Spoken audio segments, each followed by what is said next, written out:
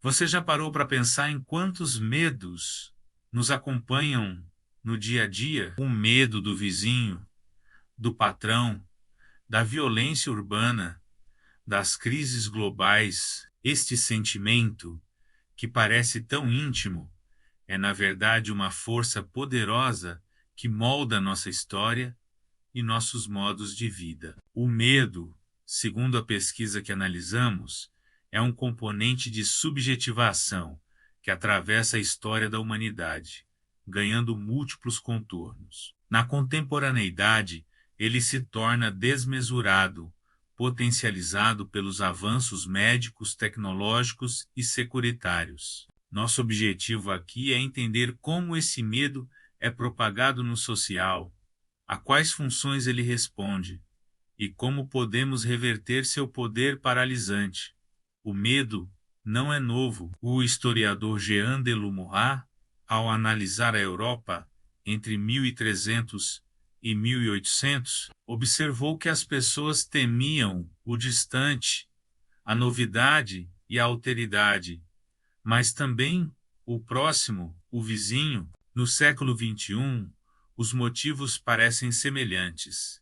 Continuamos a temer o próximo, nosso vizinho, nosso patrão, colega de trabalho ou parente. A busca por uma proteção imunitária, nos escondendo ao máximo, é uma estratégia defensiva. Contraditoriamente, nos expomos de modo desenfreado nas redes sociais que prometem proteção e seguridade. O medo disseminado coletivamente não é monolítico, e nossa autopreservação nos leva a querer ser inatingíveis, definindo aqueles que haverão de ser os intocáveis, os párias sociais. Para a psicanálise, o medo tem uma função estrutural. Ana Freud o aborda como um mecanismo de defesa, com foco na psicodinâmica desses mecanismos. É o ego que busca se defender contra os perigos instintuais, que são sempre os mesmos, e ameaças tidas como estranhas. O ego combate a pulsão não porque ela é inerentemente perigosa, mas porque sua satisfação pura pode ter consequências ameaçadoras ao ego. O objetivo é garantir a integridade e a síntese harmônica do sujeito. A chave é a relação defensiva. A ameaça externa e o perigo interno são difíceis de discernir, sendo profundamente indistintos. Se a perspectiva é a interação do ego com a identidade, os perigos instintuais são externos ao ego. Se o quadro relacional é mais amplo, envolvendo o superego, o perigo pode ser de origem interna. De qualquer modo, o ego busca evitar todo sofrimento, vindo seja de dentro, seja de fora. O perigo e a ameaça ao sujeito Snow-Lee, imanentes de modo fulcral, independentemente de seu motivador original. Mas o capitalismo contemporâneo ampliou e intensificou essa investida para além dos quadros neuróticos, dando ao medo uma face social. Na era do neoliberalismo, o medo se torna um componente de subjetivação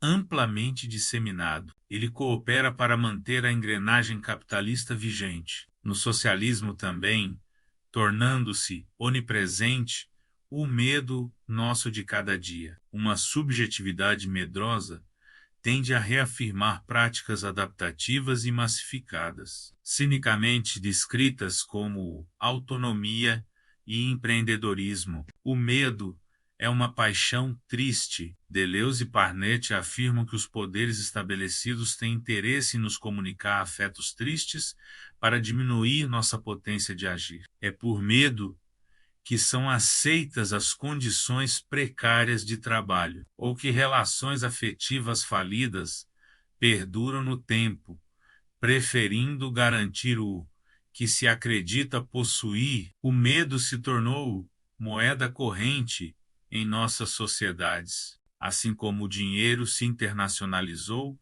e se tornou um signo vazio, o medo também deixou de ser meio, ou mesmo reação diante de algo, para se tornar a coisa em si. Temos a consciência perpetuada de que vivemos em tempos de catástrofes iminentes. O medo perdeu há muito a necessidade de ter um objeto pelo qual se determinaria a sua natureza e feição. O medo sem objeto exaspera, ou pela presença do que temer, ou de não se saber bem o que temer. O mercado percebeu isso.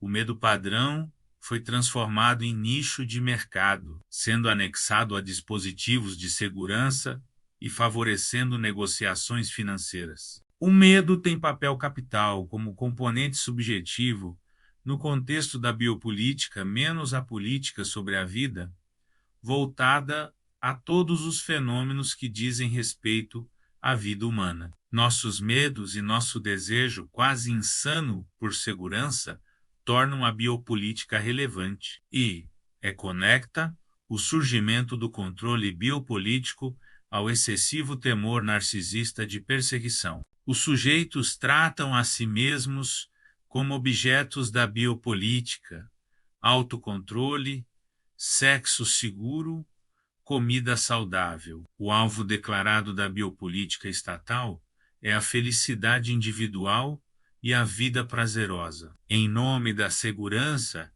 e de escaparmos de situações que nos atemorizam, nos sujeitamos a estratégias de narcose e torpor, transformando a biopolítica em narcopolítica. Isso leva ao maior perigo, a subjetividade ser despotencializada, esvaziada de sua potência e de seu devir inerente. Será que precisamos evitar o medo a todo custo? O medo é apenas despotencialização de nossa subjetividade? Há muitos séculos, Aristóteles já nos ensinou que a coragem é a justa medida entre o destemor total e o temor completo. O medo não está em uma oposição à coragem. Ao contrário, ter medo pode dar contornos à nossa coragem. Ser corajoso é saber reconhecer e avaliar os perigos em sua realidade efetiva,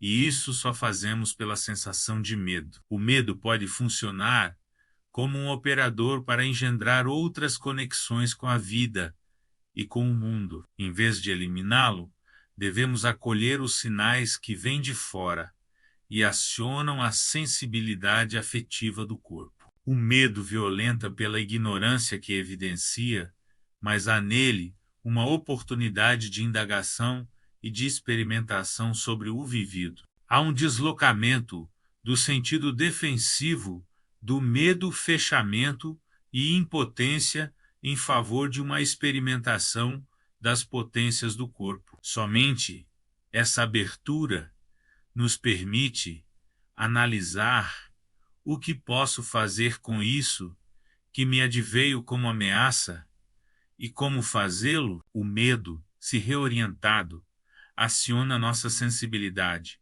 e nos ajuda a viver e a sobreviver como um modulador e não um desmobilizador. Nossa subjetividade pode atualizar virtualidades quase infinitas na confluência com outras subjetividades. A chave é a clínica crítica, que acolhe os afetos e os desejos e os coloca na produção incessante de uma existência em aberto. Concluímos, longe de ficar confinado na individualidade defensiva ou nos dispositivos de controle. O medo é compartilhado como uma estratégia de sobrevivência que pode culminar na experimentação de outras possibilidades de existência. Qual medo você vai parar de comprar e começar a decifrar hoje?